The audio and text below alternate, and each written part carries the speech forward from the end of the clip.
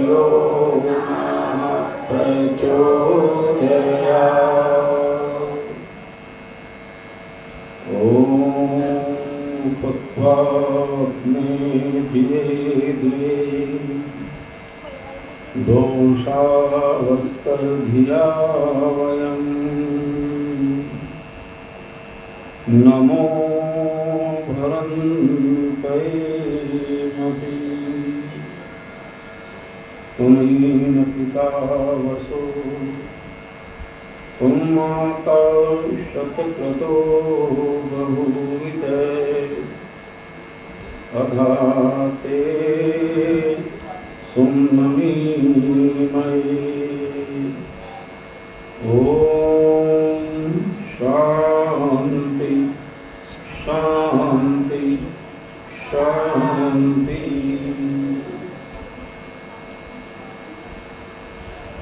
आर्य जगत के सुविख्यात भजनोपदेशक सम्माननीय पंडित योगेश दत्त जी, आर्य समाज जीव के सम्माननीय धर्माचार्य आचार्य सुरेश जी,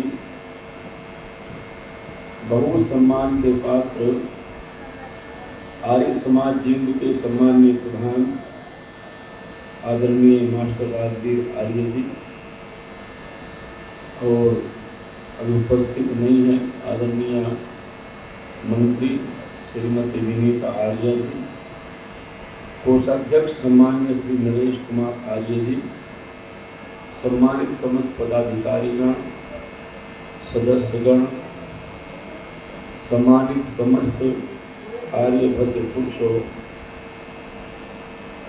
मातृशक्ति, नौजवान साथियों, प्यारे बच्चों,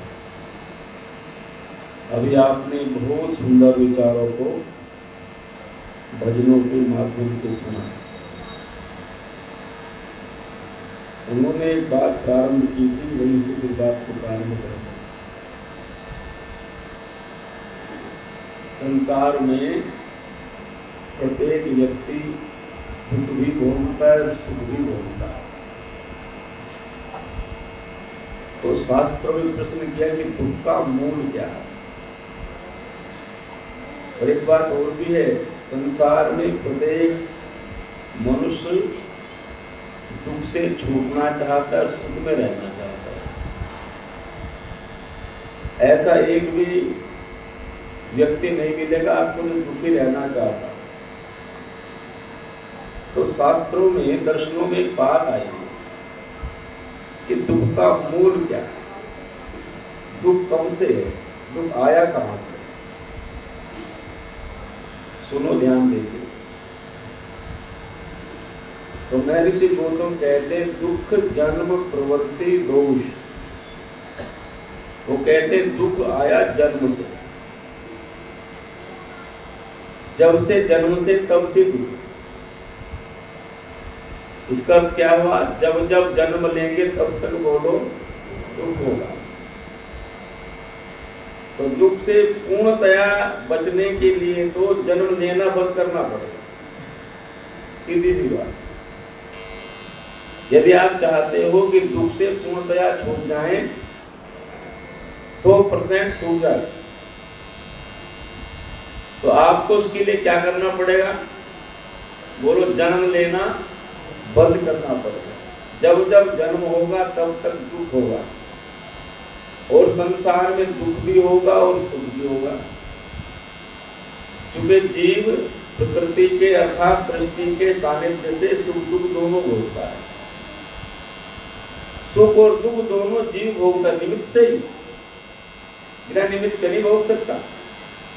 अच्छा मान लो आपको शरीर ना दे परमात्मा, तो सुख दुख कैसे भोगोगे। और सुख दुख भोगने के साधन भी ना दे, जैसे गर्मी सर्दी ना हो तो सुख दुख भी नहीं, भूख प्यास ना हो तो सुख दुख भी नहीं, और जन्म ना हो तो मरण का दुख भी नहीं, और जन्म ना हो तो भोजन का दुख भी नहीं, कमाने का दुख भी नहीं। संसार के जितने भी सुख दुख है सब जीवात्मा किससे भोगता है, बोलो निमित्त से भोगता है। वैसे सुख दुख है तो जीव का ही लक्षण, बोलो तो जीव का ये सुख दुख भोगना। परमात्मा में सुख दुख का लक्षण नहीं हो तो आनंद स्वरूप है परमात्मा को। पूर्णतः सुख स्वरूप मैंने सुख का अर्थ है जो परमात्मा के साथ सुख शब्द लगाना उसे कहते हैं मोक्ष सुख, अर्थात पूरा आनंद।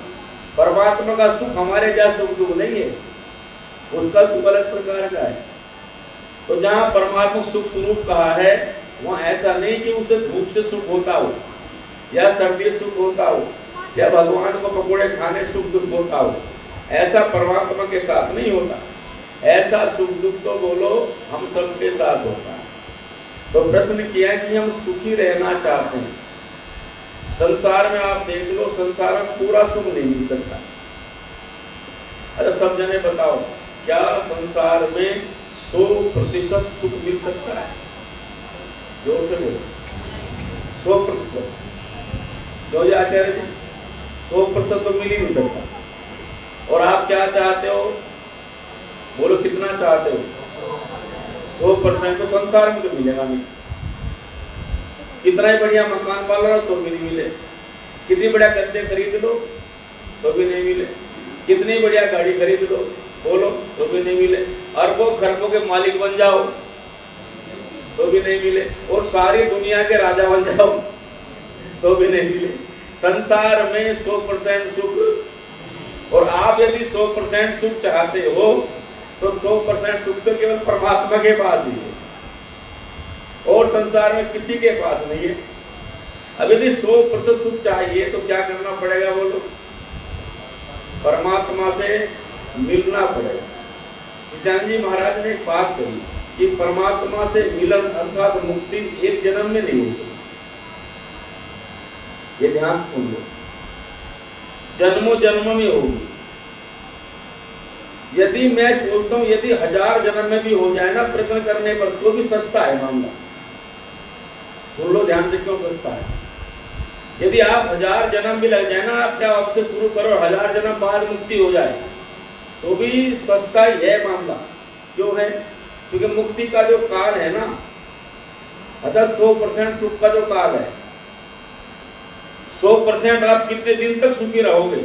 यदि आपको मुक्ति मिल जाए तो 100% सुख का काल है कि ये जो सृष्टि है ना, ये 36,000 बार बने और बिगड़े। इतने लंबे काल तक आप 100% सुख में रहोगे। सुन लो ध्यान से, फिर आपको 1% भी सुख नहीं होगा। अच्छा मुझे बताओ, इतने लंबे काल के सुख को प्राप्त करने के लिए यदि 1000 जन्म भी लग जाए तो कुछ ज्यादा है क्या? बोलो जल्दी। 100 जन्म 1000 जन्म कुछ भी नहीं है, पर आपने उसके लिए प्रयत्न करना प्रारंभ नहीं किया। ऋषि कहते हैं किसकी होगी जन्मों जन्मों भी? जो प्रयास करना प्रारंभ करेगा। तो जिसने चिंतन ही ना किया हो, जिसने भी सोचा भी ना हो कि मुझे 100% सुख चाहिए, जो केवल संसार के सुख दुख में ही सीमित हो रहा हो, जो पाया थोड़ी देर रो लिया, फिर थोड़ा सुख आया उसको भूल गया, फिर सुख आया फिर याद कर लिया। कहते चलो 10-20% मिलता है तो यही से जहां सुख मिलता है वे रागी बन गया। इतना रागी बन गया, एक जन्म उसमें खराब कर दिया। बात पल्ले पड़ रही कि नहीं पड़ रही? एक जन्म उसमें लगा दिया, जरा से राग में, जरा सा राग मिला, जरा सा सुख मिला कहीं से, उसके पास पीछे से कितना ही दुख हो, पर थोड़े से सुख में ही बोलो सारा का सारा जन्म उसी में लगा दिया। परिणाम ये आया कि दूसरा जन्म पता नहीं मनुष्य का मिलेगा भी या नहीं। फिर जन्म बनने का चक्कर फिर प्रारंभ हो गया, फिर कभी मनुष्य बनेंगे पता नहीं कब। यदि फिर प्रयत्न करेंगे तो फिर लग पड़ेंगे, नहीं तो फिर हाल शुरू हो जाएगा। अफसोस हो जरा तो का दुख जन्म ना, वो कह रहे गौतम दुख है जन्म से। अच्छा जन्म क्यों हुआ हमारा? तो कारण तो होगा ना, जो कारण के बिना कोई कार्य। अच्छा हमारे मनुष्य का जन्म हमें मिला, किसी कारण से तो मिला होगा। अच्छा बोलो कारण पहले होता है कार्य पहले होता है? जल्दी बोलो। कार्य कारण, ठीक है, कारण पहले होता है। तो आपने जन्म लिया मनुष्य का तो उसका पीछे कारण तो कुछ होगा ना। यदि कारण ना होता तो जन्म ना होता। तो जन्म का कारण क्या है? कहते हैं दुख जन्म प्रवृत्ति, जन्म का कारण है प्रवृत्ति। प्रवृत्ति कहते हैं आदत को। दुख जन्म प्रवृत्ति दोष, ये जो प्रवृत्ति है ना, ये गुण नहीं, बहुत बड़ी बात नहीं। जन्म लेने की प्रवृत्ति को दोष मानना है। प्रवृत्ति क्या है? बोले प्रवृत्ति मैंने किसी कारण से, जो प्रवृत्ति का जो कारण है उससे जन्म हुआ। प्रवृत्ति क्या है? प्रवृत्ति है बार बार अनित्य को नित्य मान लेना और उसी में अपना मन लगा लेना। तो जैसी जैसी आपकी मति होगी वैसी वैसी आपकी बोलो गति होगी। अब आपने प्रवृत्ति बना ली जीव ने, यदि जीव की प्रवृत्ति बन गई संसार में तो जन्म कहाँ होगा? बोलो संसार में होगा। भोगों में प्रवृत्ति बनी तो भोग ही मिलेंगे। तो जैसी प्रवृत्ति वैसा जन्म होगा। दुख जन्म प्रवृत्ति, प्रवृत्ति क्या है? मूल प्रवृत्ति जो है जीव की, जो बनाए बैठा है, वह अनित्य को नित्य मानना। बस। अच्छा मुझे बताओ समझो, संसार के जितने संबंध, जितने रिश्ते, जितने नाते, ये सब नित्य हैं कि अनित्य हैं? जोर से बताओ, पहले समझ लो नित्य क्या होगा, नहीं तो गड़बड़ी हो जाएगी। नित्य कहते उसको जो कभी नष्ट नहीं होता, समाप्त नहीं होता, सदा से है और सदा ही रहे, उसे क्या कहते हैं? बोलो नित्य। और जो बना और बिगड़ा उसे कहते हैं अनित्य। अब संसार में हमने जन्म लिया और जन्म लेती हमारे संबंध बने, तो बोले संबंध जितने संसार के बने हैं ये हमारे एक जन्म में ही रहेंगे या जन्मों जन्मों तक रहेंगे? जोर से बोलो थोड़ा। एक जन्म तक रहेंगे। अच्छा एक जन्म में भी सदा रहते, टूट टूट जाते, बीच में टूट टूट जाते। अच्छा विचार करो, इस संसार में जब से हमने जन्म लिया अब तक हमारे जितने संबंध हैं, चाहे व्यक्ति से हो चाहे वस्तु से हो, चाहे बोलो व्यक्ति से हो और चाहे वस्तु, ध्यान देके सुनो, चाहे किसी व्यक्ति से हो या वस्तु से हो, बोलो सारे संबंध सदा रहने वाले, अगले जन्म में रहने वाले, उससे अगले जन्म में रहने वाले। तो कैसे हुए? बोलो अनित्य। अच्छा अब ये देखो संसार में कौन कौन से संबंध अनित्य है? धन से हमारा संबंध बोलो नित्य के अनित्य है? अनित्य। परिवार से, पति पत्नी का संबंध, पिता पुत्र का संबंध, गुरु शिष्य का संबंध, जल्दी बोलो बेटा, सीधे बैठा हो, अनित्य। अच्छा भोजन से, जल से, अच्छा घर से, शरीर से, बात समझ में आ गई?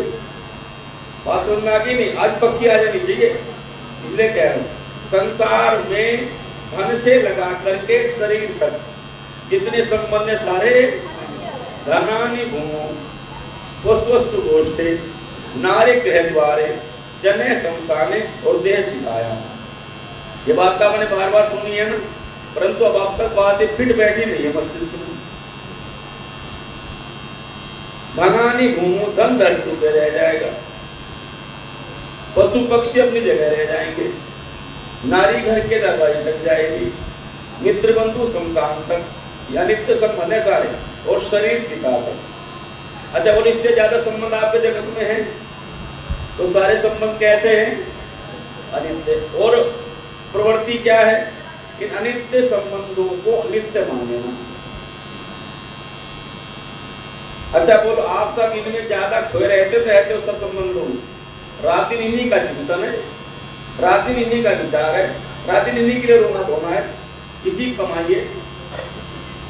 तो इस प्रवृत्ति का परिणाम क्या होगा? दुख जन्म होगा बार बार। जैसी प्रवृत्ति बना लो गति तो वैसी होगी ना। तो जन्म की प्रवृत्ति यही बनी, अनित्य संबंधों को नित्य मान बैठे। और जब इन अनित्य संबंधों को नित्य मान बैठोगे तो जन्म जन्मांतरों तक जन्म मरण के बंधन में बोलो पड़े ही रहोगे और सुख घटेगा भी। 100% सुख प्राप्त नहीं भी होगा। हाँ ये है कि जैसे मान लिया पशु योनि में है तो वहां सुख ज्यादा है आपकी दृष्टि से, उनकी दृष्टि से तो मजे में। एक बात आपको मजे की बताऊं, ये जीवात्मा का ऐसा स्वभाव है जिस शरीर को धारण करने उसे अपना रूप मान लेता है। ये इसकी विद्या है जीवात्मा की। कितनी बड़ी विद्या है? जिस शरीर को धारण करते उसे अपना स्वरूप और दूसरा, जिस शरीर को धारण करके उसे प्रीति भी करता है। आपको खराब से खराब योनि में रहने वाला जीव दिखाई दे, वो भी मरने को तैयार है, उसे उतना ही प्रेम है अपने शरीर से जितना आपको है। जैसी जिस शरीर में आया जीव, उस शरीर को अपना स्वरूप, ये अविद्या है, अर्थात आपने अपने शरीर को अपना स्वरूप मान लिया। आप शरीर नहीं हो, लेकिन अपना शरीर मान बैठे। अपना क्या मान बैठे बोलो? शरीर मान बैठे। अपने आप को इन संबंधों वाला मान बैठे, अर्थात आपने जितने भी अनित्य संबंध है उनको नित्य मान लिया है। जैसे शरीर को मान लिया नित्य, कि मैं शरीर हूं, मेरा शरीर सदा रहेगा, ये संबंध मेरे सदा बने रहेंगे, इन संबंधों को भी छोड़ूंगा नहीं, से कहते अनित्य को नित्य मान लेना। और जब ये अनित्य को नित्य मान लेंगे, परिणाम क्या होगा? परिणाम यह होगा कि एक गांव में एक व्यक्ति का एक महात्मा के साथ गहरा संबंध था। महात्मा जी कभी साल 2 साल में गांव में आते जाते, उसके पास रहते रुकते, वो गृहस्थी बड़ी सेवा शुश्रूषा करता है। महात्मा जी बड़े साधक व्यक्ति थे, आध्यात्मिक पुरुष थे महात्मा, ना माता जी, अच्छी बात है। वो बड़े साधक आदमी थे, उससे कहते रहते भैया साधना किया करो, भगवान का भजन किया करो। अच्छा जी कर लेंगे, अभी क्या पड़ा है, अभी तो बतेरा टाइम है करने में, अभी तो जवानी है, बुढ़ापे में कर लेंगे। बैठ, थोड़ा थोड़ा तब भी करना सीखो। बात तो यही है, संसार में व्यक्ति सुख ढूंढने में लगा पड़ा, जरा सा दुख आया बेचैन हो गए। अभी आप यहाँ बैठे थे, इसी का आनंद ले रहे थे, थोड़ी लाइट चली गई तो बोलो सबके चित्त जो है ना, इतने आराम तलब बन जाओगे, फिर साधना कैसे करोगे? तो कृष्ण महाराज अर्जुन कहते हैं स्थित प्रज्ञ हो जाओ। स्थित प्रज्ञ आप भी थोड़े थोड़े होने का अभ्यास बनाओ। स्थित प्रज्ञ किसे कहते हैं? सुख दुख समेत तत्वा लाभा लाभो जाए। सुख में, दुख में, लाभ में, हानि में, जय में, पराजय में आप बराबर रह सकते, उतनी आनंद में रह सकते। जैसे राम जब राज तिलक दे रहे हैं तब भी वैसे ही, वन में जा रहे हैं बोलो तब भी वैसे ही।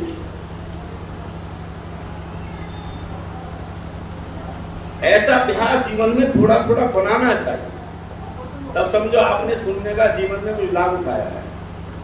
महात्मा जी समय समय पर आते रहते, उससे कहते भैया ईश्वर की उपासना कर लिया करो। बोले महाराज अभी तो परिवार का काम बहुत बड़ा पड़ा है, ये लड़का जरा पढ़ लिख ले, मेरा जवान हो जाए, इसकी शादी ब्याह करने के बाद फिर साधना में आपके साथ ही चला चलूंगा। लड़का बड़ा हो गया, जवान योग्य हो गया, सर्विस लग गई, विवाह हो गया, और बेटे का बेटा भी हो गया। महात्मा ने कहा अच्छा अब तो तुम मेरे साथ चलो, क्योंकि आपने जो कहा तो पूरा हो गया। बोले महाराज चला तो जाता, बस थोड़ी सी इच्छा रह गई, ज्यादा तो नहीं रही। ये जो मेरा पोता है ना, अभी छोटा है, इसको खिलाने की मनसा है मुझे, इसे खिला लूं थोड़ी दिन, थोड़ा बड़ा सा हो जाए तब आपके साथ चलूंगा। महात्मा जी 5-7 साल बाद आए, पोता 8-10 साल का हो गया। बोले अब तो चल मेरे साथ साधना करेंगे। इसने कहा महाराज वैसे तो इच्छा कुछ रही नहीं, थोड़ी सी इच्छा रह गई, मेरे पोते की शादी हो जाए एक बार, फिर आपके साथ। कितना टाइम मांग लिया? 8-10 साल का और मांग लिया, 15 साल का।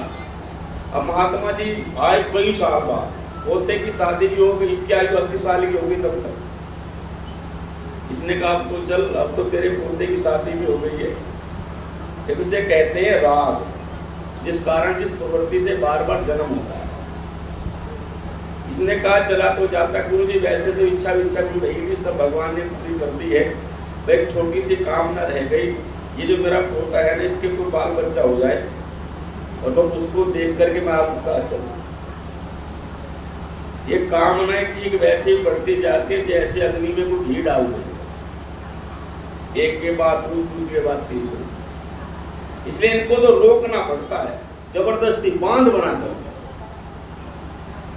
इसने कहा ठीक है भैया। तो महात्मा 2-3 साल बाद आए और छोटा सा बच्चा भी पैदा तब तक हो गया। पोते का भी पोता अगली पीढ़ी में चला गया, उससे बच्चे को लेके आए, बाबा ने आशीर्वाद दिया और फिर कहा अच्छा भैया अब क्या इरादा है। उसने गुस्से में बैठा था, जब कहा अच्छा अब क्या है, अब तो मेरे साथ चला, तो 85 साल का होने वाला है। इसने कहा तुम्हें पूरे गांव में नहीं मिलूं, वो दूसरा आदमी नहीं मिलता, किसी और को ले जाओ। कहानीकार लिखता है महात्मा तो चले गए, इसकी 2-3 साल बाद मृत्यु हो गई। मरने के बाद इसको कुत्ते का जन्म मिला। मूल जन्म के संस्कार थे नहीं, और कुत्ता भी उसी घर में बना जहां प्रवृत्ति थी, और प्रवृत्ति के कारण से जो अभ्यास था ना जीवन का, उसी कारण जो घर के दरवाजे पर बैठा है। सुन लेना, प्रवृत्ति क्या क्या बिगाड़ेगी आपका, जैसे ही बनोगे वैसा होगा, हट नहीं सकता। अब ये बैठा वहां दरवाजे पर, महात्मा जी दिन घूमते घूमते आए, उन्होंने देख लिया, बोले तो वही आदमी है जो पहले आदमी था, कुत्ता बन गया, बैठा ही मेरा ही विपरीत वही। इसने कहा भाई साहब अब तो मेरे साथ चल, अब तो दूसरी योनि में भी आ गया, अब तो मेरी कुटिया में रहिए, कम से कम वहीं का प्रसाद खा लिया करिए। इसने कहा जी चला तो मैं कह जाता, पर कैसे जाऊं, सारे घर के पागल है, खुले किवाड़ छोड़ के चले जाते, मुझे पहरा देना पड़ रहा है। इसे कहते प्रवृत्ति। ये क्या है बोलो, आपकी जो प्रवृत्ति बन जाएगी वो आपके जन्म जन्मांतर बिगाड़ेगी या संवारेगी। ये 100% सुख चाहते हो तो उसके लिए प्रयास करना प्रारंभ करो, इस प्रवृत्ति से बचना प्रारंभ करो। तो 100% सुख किसमें है जी, वो तो परमात्मा के पास है। और यदि उसकी और आप बढ़ जाते हो तो आज नहीं तो कल, कल नहीं तो परसों, जन्म जन्मांतर में सुख को प्राप्त कर ही लोगे। कैसे प्राप्त होगा वो, कब होगा प्राप्त? ईश्वर के आनंद की प्राप्ति जीव को कब होती है? तो मुंडक में श्लोक आया, वो कहते विद्यते हृदय ग्रंथि छिन्दन्ते सर्व संशया अक्षन्ते च कर्माणि तस्मिन् दृष्टे परागते। जब जीव की अविद्या रूपी गांठ कट जाती है, विद्यते हृदय ग्रंथि, हृदय में रखी हुई अविद्या की गांठ जिस कारण से बंधन है। याद रखना, पूछा बंधन किस चीज का, आगे सूत्र में कहा दुख जन्म प्रवृत्ति दोष मिथ्या जान अपवर्ग, अर्थात दुख जन्म प्रवृत्ति मिथ्या जान का कारण केवल तस्य हेतु अविद्या, इन सब का कारण है अविद्या। जब तक अविद्या की गांठ बनी हुई है, विद्यते हृदय ग्रंथि अर्थात अविद्या गांठ कट जाए, अविद्या दूर हो जाए। अविद्या का अर्थ विपरीत ज्ञान, जो जैसा नहीं उसको वैसा ही मान लेना। अविद्या की गांठ कट जाए। अविद्या के 4 भाग किए महर्षि पतंजलि। अविद्या मैंने अज्ञानता, बस। अविद्या यदि बनी रहती है तो गांठ कटने वाली, तो सबसे पहले विद्यते हृदय ग्रंथि, आपके हृदय में रखी हुई अज्ञानता की अविद्या गांठ कट जाए। अविद्या बड़ी सूक्ष्मतम है, ये बहुत दूर तक पीछा करती है आदमी का, बहुत दूर तक। और कभी कभी तो ये समझ लो कि संप्रजा समाधि तक भी पीछा करती है। क्यों आचार्य जी? कभी कभी संप्रजा समाधि तक, जहाँ अस्मिता खड़ी रहेगी, जहाँ अस्मिता खड़ी हो जाती है जा करके यम नियम आसन प्राणायाम प्रत्याहार धारणा ध्यान समाधि, ध्यान के बाद संप्रजा समाधि में जाने तक भी अविद्या पीछा नहीं छोड़, ये ऐसी पीछे लगी हुई है। आप तो सामान्य भी यदि सोच लो, गए हुए व्यक्ति का पीछा भी संप्रजा कर नहीं छोड़ती। वहां भी कभी कभी ये अविद्या के कारण से बुद्धि को चेतन मान बैठता है। इसे कहता है अस्मिता। कहते अविद्या, अविद्या पहला क्लेश है। और आगे कहा जितने भी दुनिया में क्लेश है वो सब अविद्या के कारण से ही है।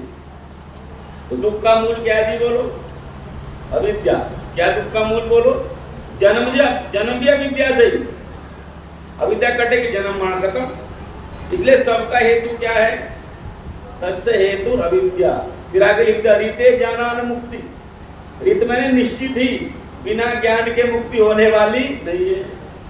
यदि आप सोचो कि ऐसे कोई मंत्र फूंक दे, कान में कह दो मुक्ति हो जाए, या गुरु जी का मंत्र ले ले मुक्ति हो जाए, या खाली मंत्र जाप करने में ना, जब तक अविद्या की गांठ ना कटे। हृदय ज्ञान मुक्ति अर्थात निश्चित ही बिना ज्ञान के बंधन से छुटकारा बोलो नहीं होगा। इसलिए अविद्या के 4 भेद हैं। कितने भेद हैं बोलो माता बहनों? 4। पहला है अनित्य को नित्य मानना। क्या मानना बोलो? अनित्य को। अभी मैंने अनित्य कितनी चीजें बता दी? संसार के सब पदार्थ, जोर से बोलो। और हमने इनमें कौन सी बुद्धि कर ली? परमात्मा ने बड़ा सुंदर उपदेश दिया वेद में। जब परमात्मा ने मनुष्य के लिए संसार रचा, सुनो ध्यान से, और सारे पदार्थ बनाए, सेव संतरे केले अमरूद आम फल सब्जियां औषधियां वनस्पतियां धरती सब चीजें बनाई और बना करके मनुष्य को दे दी। तो मनुष्य ने पूछा, भगवान तूने सब जो कुछ बनाया है ये किसके लिए है ना? भगवान तूने जो इतनी सारी चीजें बनाई है, इतने फल सब्जियां, ये किसके लिए है? तो भगवान ने कहा तेरे लिए। तो मनुष्य खुश हो गया, हाँ ये किसके लिए बोलो? मेरे लिए, तेरे लिए। और तेरे लिए? इसने पूछा मनुष्य ने, और तेरे लिए तू कुछ खाएगा इनमें से? जो तूने बनाया है सामान ये भगवान, तू भी कुछ लेगा इनमें से? भगवान ने बोला ना। बोले केले संतरे सेव दूध चाय तू भी कुछ पिएगा कि नहीं पिएगा कभी? भगवान बोले, जोर से बोलो, नहीं। क्यों? मैं तो पूर्ण हूं, रसेन तृप्त है, मैं तो इन रसों में पहले से ही तृप्त हूं। तू तृप्त नहीं है इसलिए तुझे आवश्यकता है। तो भगवान क्या तूने कभी कसम खाई कुछ भी नहीं खाएगा इनमें से? भगवान बोले पक्की बात है, चाहे तो खिला भी देना तो भी नहीं खाऊंगा। अच्छा फिर भगवान एक बात बताओ, चलो तुम तो नहीं खाओगे और ये संसार में जो चीजें हैं ये भी खाएंगी? कुछ दीवार खाएगी? बोले नहीं। ये अग्नि खाएगी इस तरह से जैसे हम इसको दे देंगे सेव खा ले? नहीं खाएगी। ये जड़ भी खाएगी सब चीजों को? नहीं खाएगी। इसका मतलब क्या है? प्रकृति से बनी सृष्टि के पदार्थ भी इसका भोग नहीं करेंगे। और आप भी भोग नहीं करोगे? बोले नहीं। और किसके लिए बनाए तूने सारी चीजें? जल्दी बोल। बोले तेरे लिए बनाई। तो फिर भोग इनको? हाँ भोग। दिन अपनी मान लो ना, ये गलती मत करना। अब सावधान हो जाओ। भगवान से कहा जब तूने मेरे लिए बनाए तो फिर तो मेरी हुई कि नहीं हुई? भाई तुमने मेरे लिए तो बनाई, तू तो खाता नहीं ना पीवे और ना प्रकृति खावे पीवे, जो सृष्टि है जो जड़ चीजें हैं, ना जड़ खावे ना तू खा, तो फिर तो मेरी है कि नहीं? बोले तेरी है नहीं, तेरे लिए है।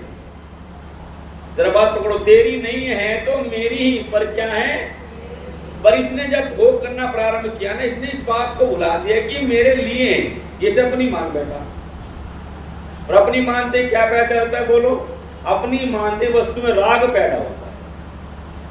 सूत्र पकड़िएगा, जैसे अपनी मानी और राग प्रारंभ।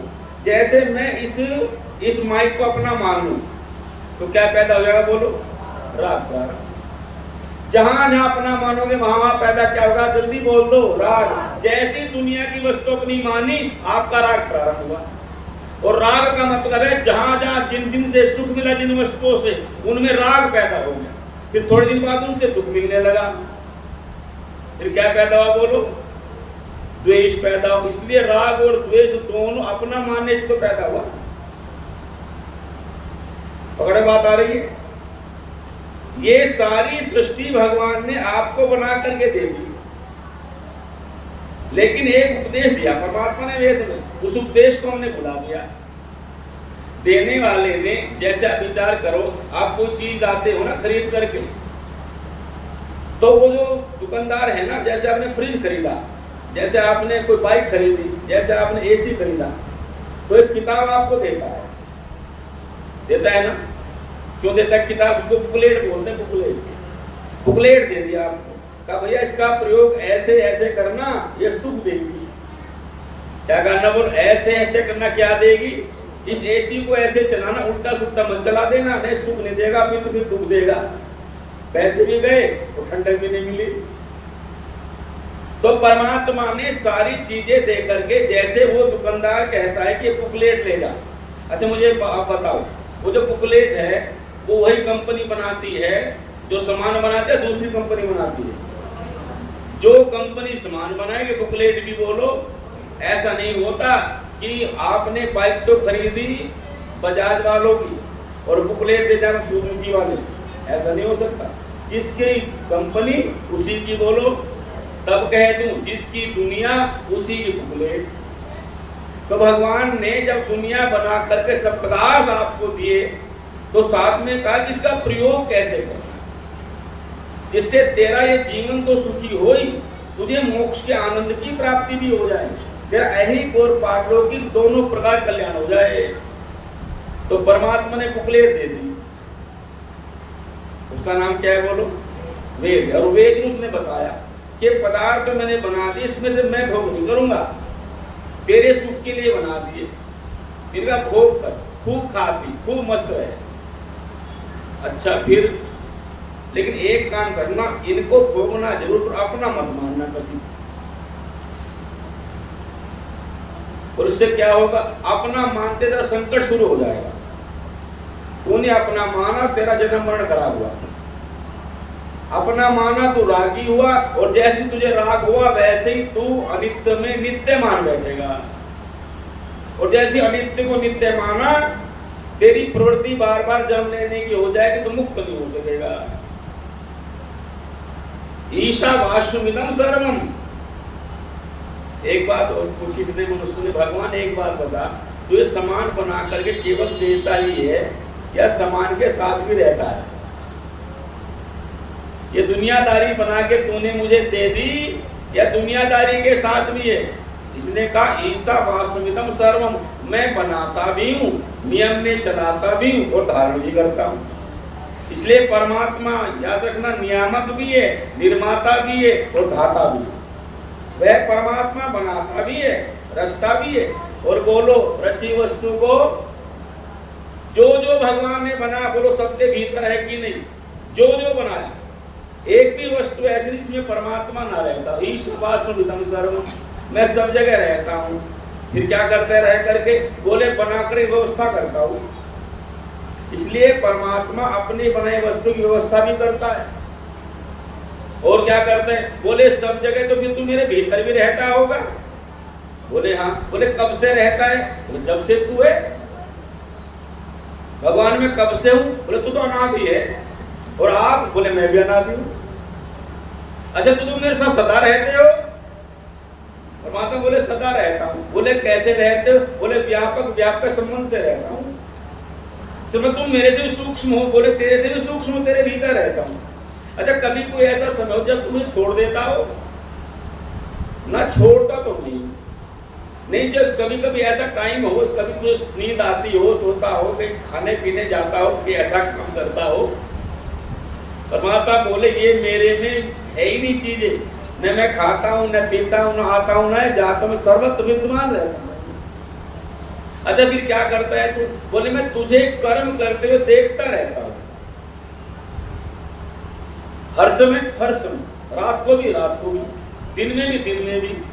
क्या करते हैं? बोले कर्म करते हुए देखता रहता हूँ, मैं तेरा दृष्टा हूँ। अरे खाली दृष्टा ही है, कुछ और भी है? नहीं, दृष्टा तो हूँ, तेरे कर्मों के फल का दाता भी हूँ। कैसे? बोले तू जैसे जैसे स्वतंत्रता से कर्म करेगा वैसे मैं स्वतंत्रता से फल दूंगा। तू कर्म करने में स्वतंत्र, और बोलो मैं फल देने में स्वतंत्र। तेरी कर्म में स्वतंत्रता और मेरी फल में स्वतंत्रता। मैं तुझे कर्म करते नहीं रोक सकता और तू मुझे फल देते नहीं रोक सकता। है ना गजब की बात? परमात्मा ने कहा सारा क्षेत्र तुझे कर्म करने के लिए दिया, भोग, मैं तुझे भोगने से भी नहीं रोक सकता और तू मुझे उस भोग का फल देने से नहीं रोक सकता। ना तेरे से मैं रुकूं और ना मेरे से। इसने कहा भगवान इतनी कृपा तो करना, यदि मैं कोई खराब काम कर तो रोक देना। बोले रोकूंगा तो नहीं, तुझे मैं प्रेरित कर सकता हूँ, प्रेरणा दे दूंगा। क्यों? बोले प्रेरणा इसलिए दूंगा कि पिता का धर्म है पुत्र को अच्छी प्रेरणा दे, मित्र का धर्म है मित्र को अच्छी बोलो प्रेरणा दे, माँ का धर्म है बच्चे को ठीक रास्ते पर चलने के लिए प्रेरणा दे। पर तेरी स्वतंत्रता है चलने की। अच्छा करे चाहे बुरा करे, तेरी स्वतंत्रता है, मैं तुझे प्रेरणा दूंगा। बोले कैसे प्रेरणा देगा? भगवान ने कहा प्रेरणा ऐसे दूंगा, जब तू अच्छा काम करने के लिए चलेगा तो तेरे हृदय में आनंद, उत्साह और प्रसन्नता की वृद्धि कर दूंगा। और जब बुरा काम करने के लिए चलेगा तो बोलो बेलज्जा। बस सीधा सीधा सूत्र है, जिस काम के करने से पहले, करने के बाद और करने के समय आपके हृदय में भय, लज्जा, शंका बनी रहे, वो पाप कर्म है। और जिन काम को करने से पहले, करते समय और करने के बाद आपके हृदय में आनंद, उत्साह और प्रसन्नता बनी रहे, बोलो वो पुण्य कर्म है। अच्छा, फिर भगवान जितने पदार्थ आपने दिए मैं क्या करूं? भोग कर। पर कैसे भोग कर ये समझ ले। तेन त्यक्तेन वंदिता, इन अपना मान के भोग मत कर। किसका मान के भोग कर? बोलो परमात्मा का मान के भोग कर। जो जो भोग करेगा उसका हिसाब भी देना पड़ेगा, याद रखना। जिसकी वस्तु का भोग कर उसका हिसाब भी बोलो। अच्छा, आपने जल का भोग किया लेकिन जल का आपने हिसाब नहीं चुकता किया, अर्थात आपने जल को शुद्ध करने का प्रयास नहीं किया, तो बोलो जल का कर्जा हुआ कि नहीं हुआ? जैसे जैसे जीव भोग करता जाता है, भोग की गई वस्तु के बंधन में बनता कि नहीं बनता? यदि कर्जा ना उतारे तो इसने कहा मैंने तुझे दुनिया दी, पर ये दुनिया तेरी नहीं है, तेरे लिए है। ये सामान बोलो तेरा नहीं है, तेरे लिए है। ये दुनियादारी है सब तेरे लिए है, तेरे सुख के लिए है, पर सदा तेरे साथ रहने वाली नहीं। बस हम यहाँ भूल करते हैं। हमारी भूल इतनी सी है, हम संसार के सब पदार्थों को अपना मान बैठते हैं। इसीलिए जब वो छूटता है ना हमसे तो अत्यधिक दुख होता है। इस कारण से राग के कारण ये ज्ञान है छूटेगा, लेकिन हमारा राग कहते हैं नहीं, हमारे पास रहना चाहिए, ये सदा रहना चाहिए, क्योंकि हमारा उससे क्या हो गया बोलो। अच्छा, राग किस में होता है जी? सुखानुसई राग है। सुख भोग करके बार बार सुख को भोगने की वृत्ति का नाम, जल्दी बोलो, राग है। अच्छा मुझे बताओ सब जने, माताएं बहनें आप सब बताना, राग सुख में होता है कि दुख में होता है? बोलो। दुख में तो नहीं होता, दुख में तो द्वेष होता है। अच्छा मुझे बताओ, सुख आप बार बार चाहते हो ना, किसी का नाम राग है। अच्छा किसी का बुढ़ापे में राग होता है, जवानी में राग होता है? जोर से बोलो। जवानी में राग है, इसलिए आदमी जवान बना रहना चाहता है। तो जी इसलिए बूढ़े व्यक्ति भी क्या चाहते हैं, हम भी क्या बन जाएं? जवान बन जाए। अच्छा मुझे बताओ, मीठे में राग है, कड़वे में राग है? मीठा खाने की इच्छा, नीम खाने की इच्छा किसी की नहीं, दवाई खाने की इच्छा किसी की होती है भला? वो तो खानी पड़ती है, उसमें राग नहीं। जिन पदार्थों से हमें इंद्रियों के द्वारा, इंद्रियों के भोग के द्वारा, ध्यान देना, जिन पदार्थों से इंद्रियों के भोग के द्वारा जीव को सुख मिलता है उसका नाम राग है। अच्छा राग किसके द्वारा प्राप्त होता है जी? इंद्रियों से। जैसे आंख से देख करके प्राप्त हुआ, कानों से प्राप्त हुआ, जीभ से प्राप्त होता, जीव कोई है, क्योंकि जीव के साधन है। याद रखना, इंद्रियों को सुख दुख नहीं होता, इंद्रियों के द्वारा आत्मा को ही ठीक समझ पाता है। आंखें खुश नहीं होती ना दुखी होती। आंख को से देख के कौन सुख दुखी होता है गुरु जी? आत्मा होता है। कानों सुन के कौन सुख दुखी होता है जी? किसने गाली दे दिया आप दुखी हो गए, किसने प्रशंसा कर दिया आप दुखी हो गए। इंद्रियों के द्वारा, ध्यान देना, इंद्रियों के द्वारा जो भी सुख या रस आपको प्राप्त होता है, जिसके द्वारा आत्मा आनंदित होता है, वो सुख है। अब ध्यान देना। लेकिन कभी कभी इंद्रियों को सुख नहीं मिलता, पर फिर भी आपको सुख मिल जाता है।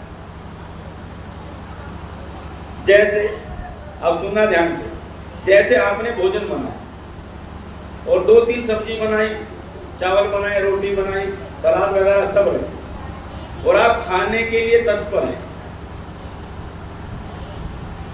आपने खा लिया तो आप क्या मिला बोलो?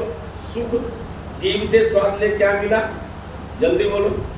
पर दूसरा देखेगा, आपने भोजन बनाया बड़े प्रेम से, खूब आनंद के साथ, पर आपने अपने आप नहीं खाया, अपने किसी वृद्ध माता को खिलाया, वृद्ध पिता को खिलाया, अतिथि को खिलाया, तब आपको क्या मिला? बोलो जल्दी बोलो। सुख नहीं मिला, तब आनंद मिला। अब ध्यान देना, इंद्रियों के द्वारा जो आप लेते हैं वो सुख है, पर बिना खाए भी दूसरे के खिलाने पर जो आपको संतुष्टि हो तो उसका नाम आनंद। उसका नाम क्या है? बोलो।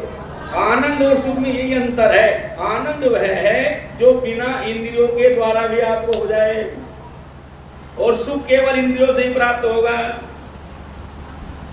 इसलिए जो सुख हो रहा है उसका नाम है, बोलो, राग। और जो दुख हो रहा है उसका नाम क्या है?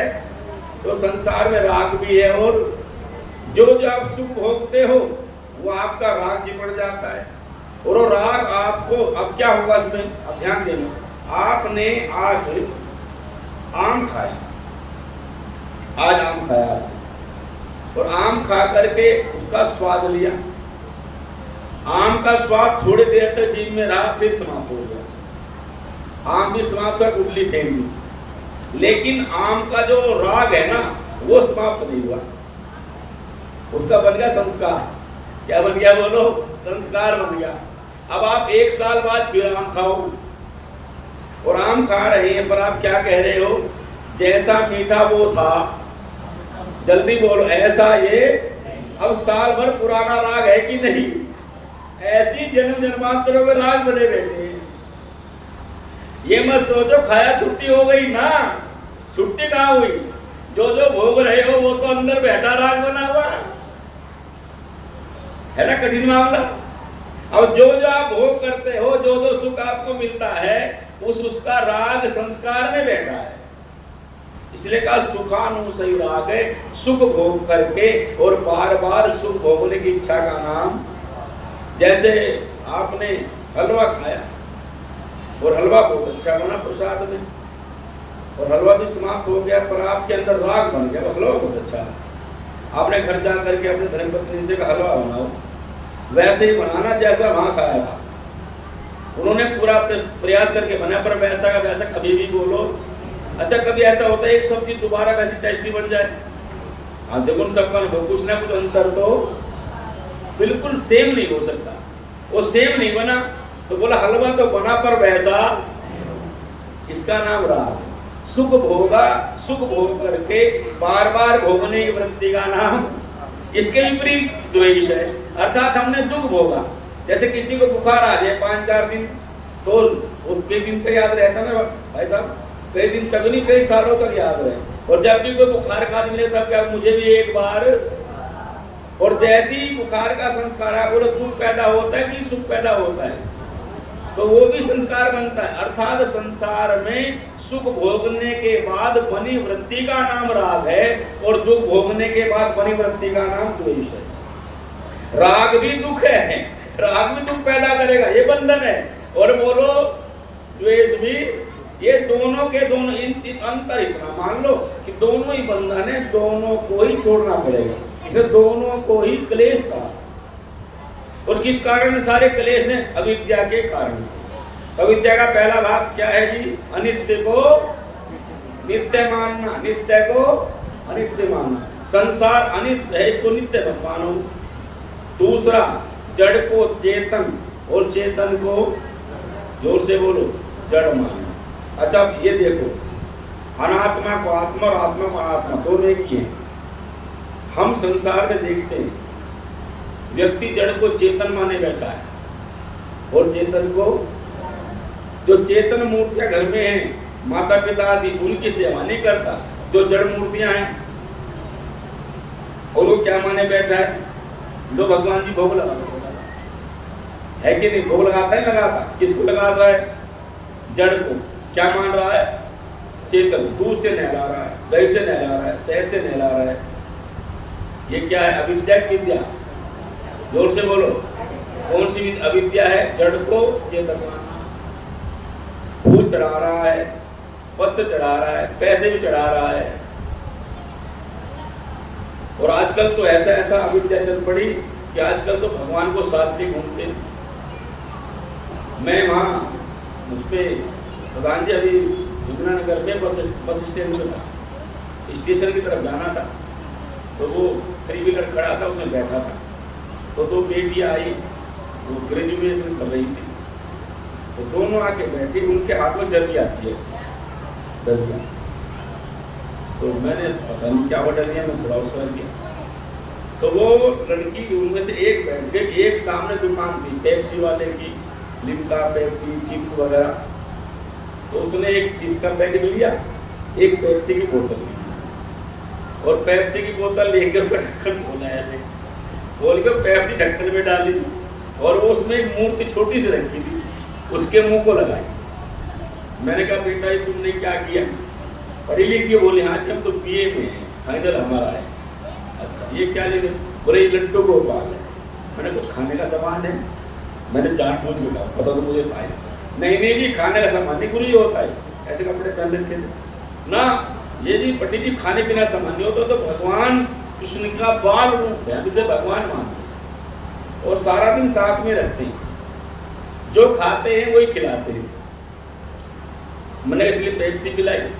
मैंने कृष्ण तो पेप्सी पीते नहीं थे, तो मक्खन खाते हैं। ये क्या है? बोलो जड़ को। और बताओ इस अविद्या से जब पढ़ा लिखा वर्ग भी नहीं निकला, फिर कैसे आप मुक्ति कामना कर सकते हो? जड़ को चेतन माने बैठे कितने लोग हैं दुनिया के। याद रखना मुक्ति सबकी इसलिए नहीं होती, मुक्ति में तो अरबों में से कोई एक आध व्यक्ति जाता है। आप क्या सोचते हो सुन लिया मुक्ति हो जाएगी?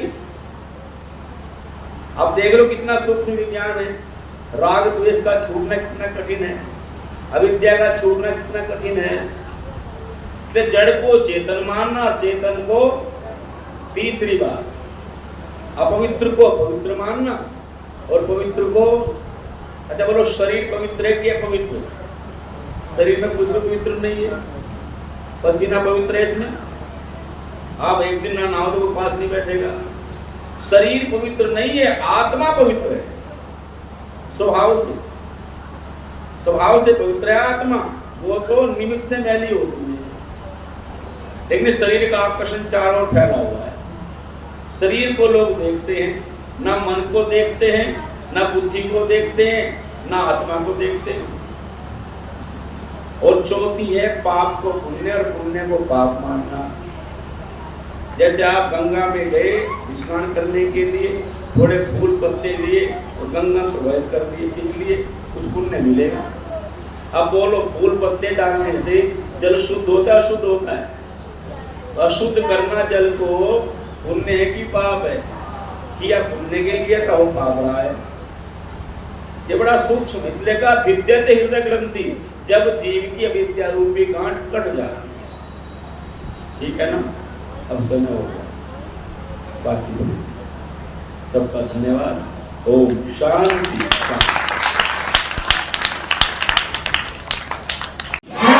गौ माता का वेद की ज्योति, ओम का झंडा, आर्य समाज, प्रणव ध्वनि।